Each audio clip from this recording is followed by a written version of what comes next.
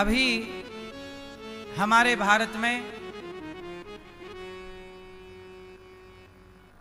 एक मंदिर का केस लेकर के एक जज के पास एक व्यक्ति गया। कहा, भाई मुगलों ने हमारे इस मंदिर को तोड़ दिया है। ये विष्णु भगवान का मंदिर था और भगवान विष्णु की गर्दन तोड़ दी गई है। तो याचिकाकर्ता ने कहा कि जज साहब, यहां हमारा मंदिर बनाना चाहिए, क्योंकि मंदिर के अवशेष हैं, केवल सिर काटा गया है, बाकी प्रमाण है कि यह मंदिर है। मंदिर भी बना है, कुछ जीर्ण शीर्ण है, तो आप यहां मूर्ति प्रतिष्ठा करने की इजाजत दो कि विष्णु भगवान का मंदिर है, तो विष्णु भगवान ही यहां पर बैठेंगे, प्रतिष्ठित होंगे। तो एक जज ने कहा कि हम क्यों निर्णय दें, तुम्हारे भगवान में इतनी ताकत है तो तुम्हारे भगवान खुद कर लें। तो वो जज साहब से जरा इस सवाल करना है, कहीं मिले तो पूछना कि सब काम भगवान ही करेंगे तो तुम काहे कुर्सी तोड़ रहे हो जज की? क्यों भाई, तुम्हें जज बनाया गया है इसलिए ना कि तुम न्याय करो, न्याय करना चाहिए। अब आप हिंदू सनातन संस्कृति का अपमान करते हुए क्या बोलते हैं? बोले तुम्हारे भगवान में शक्ति है तो खुद बना ले मंदिर, खुद कर लें। तो वो तो सब कर सकते हैं, वो तो प्रकट होकर रावण को भी मार सकते हैं, हिरण्यकश्यप की छाती भी फाड़ सकते हैं। अब तुम्हें अपनी छाती फड़वानी है तो बताओ नरसिंह भगवान से, क्योंकि तुम जैसे अधर्मियों को मारने के लिए भगवान आते हैं और भगवान को लग रहा है कि अभी भाई तुम लोग बैठे हो कुर्सी पे, तुम लोग ही करो, हमें ना आना पड़े, इसलिए भगवान आ नहीं रहे हैं। वरना भगवान तो अपने लिए हिरण्याक्ष को मारने आ गए। हिरण्याक्ष तो कितना बड़ा पावरफुल था, उसने वरदान मांग रखा था, ना दिन को मरो ना रात को। तो न्याय की गद्दी पे बैठे हो, जज हो, तो वहां केवल रोटी तोड़ने गए हो कि न्याय करने गए हो? क्यों जी? तो जज साहब का यह कहना सही है कि गलत है? बोलो। यदि सब भगवान करें तो फिर छोड़ो तुम अपनी कुर्सी, काहे बैठे हो न्यायाधीश बन के? सही है कि गलत है? इसलिए सबसे बड़ी बात यह है कि अब सनातन के पक्ष में ये बड़े बड़े जज होके भी देखिए सनातन के विपरीत बात कर रहे हैं। सनातन भारत में रह करके किसी मुसलमान के खिलाफ क्या कोई भी जज ऐसी बयानबाजी बोल सकता था? क्या मस्जिद के खिलाफ या अल्लाह के खिलाफ बोल सकता था? केवल हिंदू सनातन संस्कृति, सोचिए इतना बड़ा जज भगवान विष्णु पर उंगलियां खड़ी कर रहा है। क्यों? क्योंकि हिंदू लोग अपने देवताओं का, अपने भगवान का अपमान सह लेते हैं, बोलते भी नहीं। आप बहुत सहनशील हैं, इसलिए मंदिर तोड़ दिए गए। किसके भरोसे बैठे हो कि जज न्याय करेगा? कहां न्याय कर रहा है जज? जज तो उल्टा कह रहा है कि तुम्हारे भगवान में ताकत हो तो भगवान कर लें, ऐसा बोल रहा है जज। अब इनसे उम्मीद है कि न्याय करेंगे सनातन के पक्ष में। वो सनातन के पक्ष में नहीं, जो न्याय है, उचित है कि मंदिर था, मूर्ति तोड़ी गई मुगलों के द्वारा, तो वहां मूर्ति खंडित पड़ी है, तो खंडित है तो उसे मूर्ति स्थापित किया जाए, इतनी सी बात थी। खजुराहो के पास की घटना है, वहां के मंदिर की।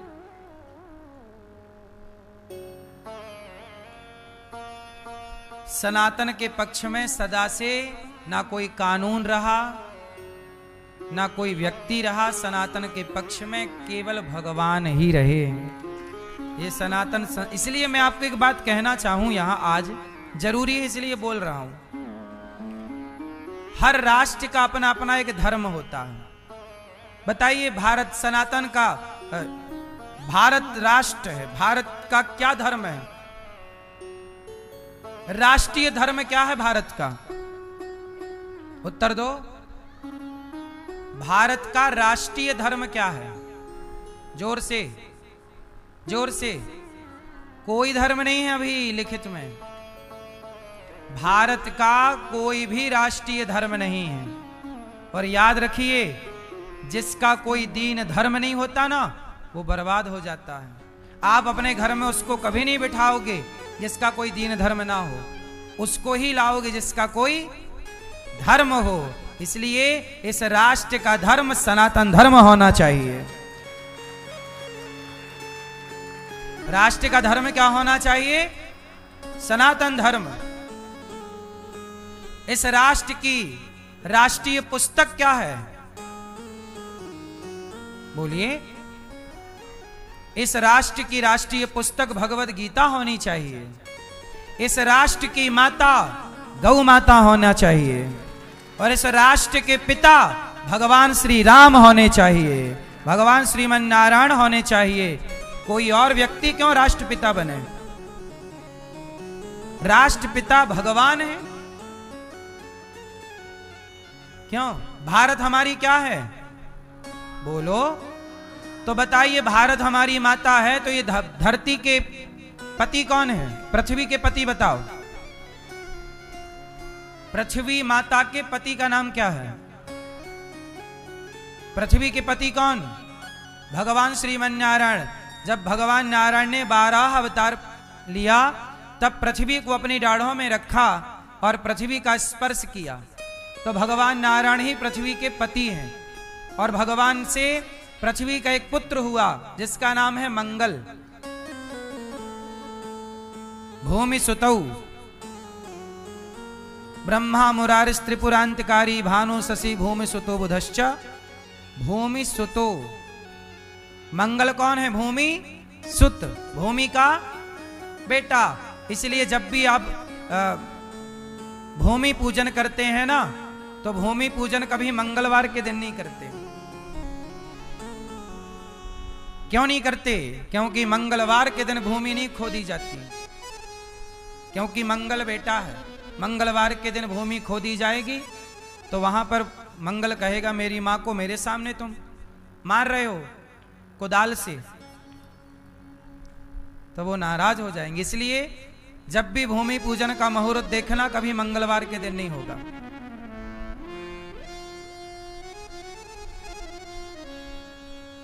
ठीक है? तो आपको मैं केवल ये बताना चाहता हूं कि पृथ्वी यदि भगवान की पत्नी है, विष्णु पत्नी है, पृथ्वी भगवान की पत्नी है, तो बताओ हमारी माता है। तो हमारी माता यदि पृथ्वी है, तो पृथ्वी के पति ही तो हमारे पिता हुए। फिर कोई व्यक्ति हमारा पिता कैसे हो सकता है?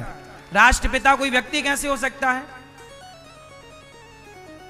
बताइए, कॉमन सेंस लगाइए, बुद्धि लगाइए ना। कोई भी आजकल घुस रहा है, राष्ट्रपिता बनाओ हमें, खाक बनाओ तुम्हें राष्ट्रपिता। राष्ट्रपिता तो भगवान नारायण है। कोई व्यक्ति हो सकता है? पृथ्वी पति कौन बनेगा? कोई व्यक्ति बनेगा? जोर से। जो पृथ्वी पति है वही राष्ट्रपिता है। तो पृथ्वी पति भगवान नारायण है, तो वह नारायण राष्ट्रपिता है। नारायण राम रूप में है, कृष्ण रूप में, तो राम राष्ट्रपिता मानो, कृष्ण को राष्ट्रपिता मानो, विष्णु को नारायण राष्ट्रपिता मानो। बोलो हाँ। बहुत कुछ चल रहा साहब। भारत अभी सुव्यवस्थित नहीं है। सुव्यवस्थित होता तो सर्वोच्च पद पर बैठा हुआ जज इतनी गलत बात ना बोलता। हाँ या ना? इसलिए कितना और अपमान सहोगे अपने भगवान का।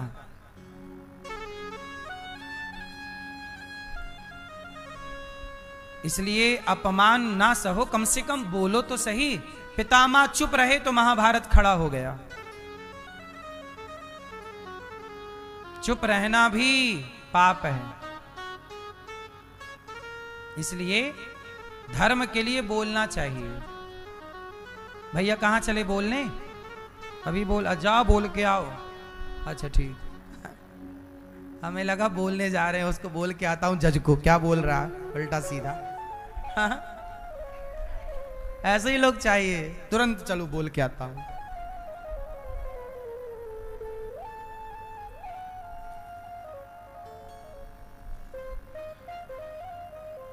इसलिए गाय हमारी क्या बनना चाहिए? राष्ट्र की। क्योंकि पृथ्वी जब जब भगवान के पास जाती है तो गौ माता का रूप बना के जाती है प्रार्थना करने। तो पृथ्वी, गाय पृथ्वी का ही अवतार है। गाय किसका अवतार है? जब जब पृथ्वी जाती है तो गाय बन के जाती है। जब जब पृथ्वी पर भार बढ़ता है पाप का, तो पृथ्वी किसका रूप बनाती है? तो गाय माता है। इसलिए राष्ट्र की माता गाय और राष्ट्रपिता भगवान श्रीमन नारायण। ये बात सही है कि गलत है? होना तो यही चाहिए। अब कोई जबरदस्ती बीच में घुस जाए तो हम क्या करें? संवैधानिक न्याय की दृष्टि से तो, धर्म की दृष्टि से यही है। कोई व्यक्ति कैसे बनेगा भाई? राम ने कभी अपने को उस जमाने में नहीं बोला कि मुझे आप राष्ट्रपिता मानिए। उस जमाने में सब नारायण को ही राष्ट्रपिता मानते थे। भगवान कृष्ण ने फोर्स नहीं किया कि मुझे आप राष्ट्रपिता, जबकि वो हैं। लेकिन आदमी को ना घुसना है, नहीं जी हमें मानो। इसलिए कहता हूं कि भारत में एक चीज और गलत चल रही है। भारत में ना एक चीज जोड़ी गई है, भारत को धर्मनिरपेक्ष बोला जाता है। भारत को क्या बोला जाता है? जोर से, धर्मनिरपेक्ष। क्या मतलब हुआ धर्मनिरपेक्ष का? जिसका कोई धर्म ना हो। धर्मनिरपेक्ष मतलब जिसका, क्यों भैया? तो जिसका कोई धर्म ना हो वो कौन? वो जानवर होता है। जिसका, कुत्ते का कोई धर्म नहीं है कुत्ते का कोई धर्म? बोलो भाई। कुत्ता जिस मां से पैदा होता है उस मां से संबंध बना लेता है, अपनी बहन के साथ संबंध बना लेता है, क्योंकि कुत्ते का कोई धर्म, जिसका कोई धर्म ना हो वो धर्मनिरपेक्ष है। क्या राम धर्मनिरपेक्ष थे? उत्तर दो। हाँ, राम धर्म युक्त है, धर्म सापेक्ष है। जो धर्मवान हो वो धर्मवान को क्या बोलते हैं? धर्म सापेक्ष। और जो धर्म से शून्य हो उसे धर्मनिरपेक्ष बोलते हैं। तो भारत का कोई धर्म नहीं है। अरे भाई, धर्म किसका नहीं होता? उन पुरुषों का धर्म नहीं होता जो सैकड़ों स्त्रियों के साथ रमण करते हैं। उन नारियों का धर्म नहीं होता जो सैकड़ों पुरुषों से संबंध रखती हैं। उनका धर्म होता है जो एक पति और एक पत्नी के साथ संतुलित रहते हैं, जो सदा सत्य पर रहते हैं। प्राण जाए पर धर्म न जाए, वचन न जाए। जहां धर्म के लिए मर जाना श्रेष्ठ माना जाता हो, स्वधर्मे निधनम श्रेयः पर धर्मो भयावह, वो धर्मनिरपेक्ष राष्ट्र कैसे हो सकता है? भारत धर्मनिरपेक्ष नहीं, धर्मवान धर्म युक्त भारत है, धर्म सापेक्ष है। पर भारत को जबरदस्ती धर्मनिरपेक्ष बनाया जा रहा है। ये जोड़ा गया बाद में संविधान में। क्यों जोड़ा गया? किससे पूछ के जोड़ा गया? मन माना चल रहा है। जिसकी लाठी उसकी भैंस।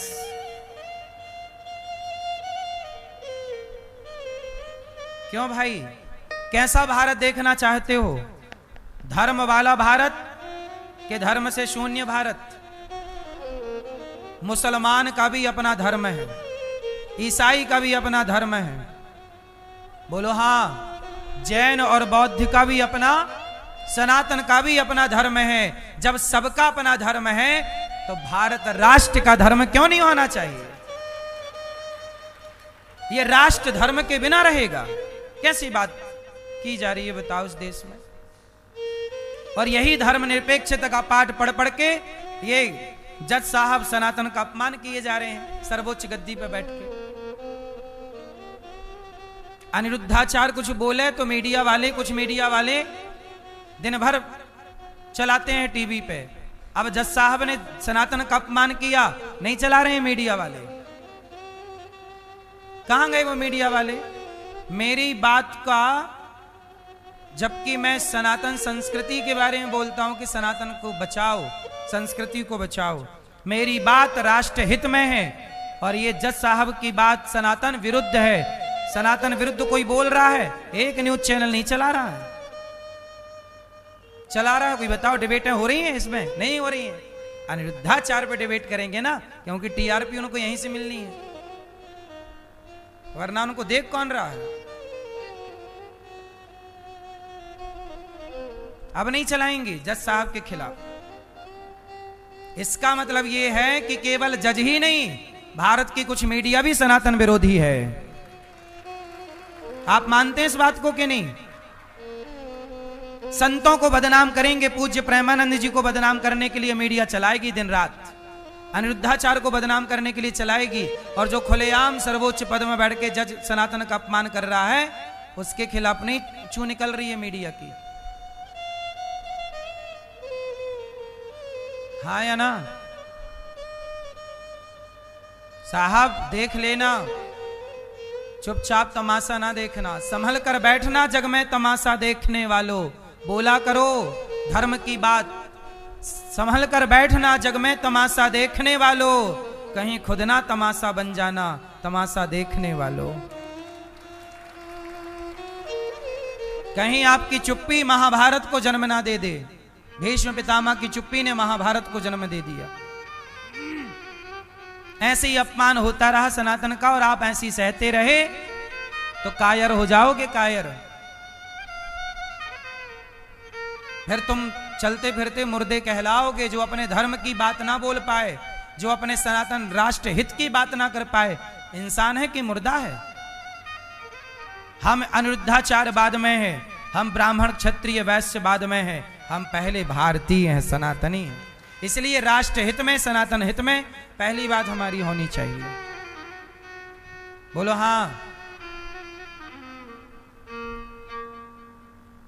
इसलिए ऐसे जजों की इन बातों का समर्थन नहीं होना चाहिए, विरोध होना चाहिए।